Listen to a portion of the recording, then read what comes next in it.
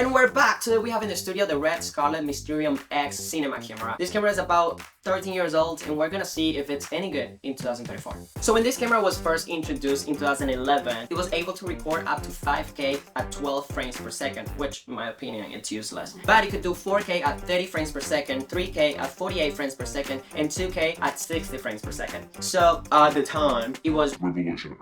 It was good.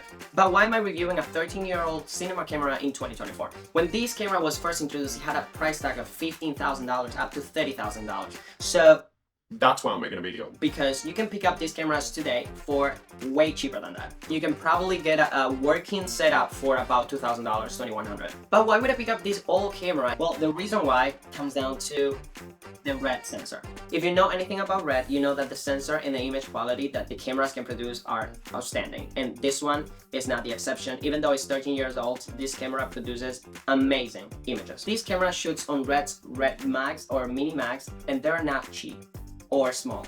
They attach to the SSD module on the side of the camera and they go inside as so. To power on this camera, you just press this power button right here. The camera will power up in like about 12 seconds, very specific. And as you can see right here, you have your LCD screen and your EVF on the side. So let's just do a quick pros and cons. It shoots in red R3D log, which is so nice to manipulate the image and get it to where you want it to be. And yes, you can do that with any other camera, but it's just so much easier to color grade on this. 2, it's a cinema camera that is modular, meaning that you can get it as small and as big as you want. Not too small because the camera itself, it's pretty big and it's really heavy. It's about 5 pounds, maybe more. I don't really know. Look it up. And it's pretty much production ready. And that is something that I take into account because you can't use every single camera for a feature film. The cons, on the other hand, are obvious. It's 13 years old. There's no warranty. There's no repairs, meaning that if it dies, you're done. And this might not be an actual con, but it shoots only up to 4K. And if you want to shoot on 5K, it's up to 12 frames per second, which, like I said before,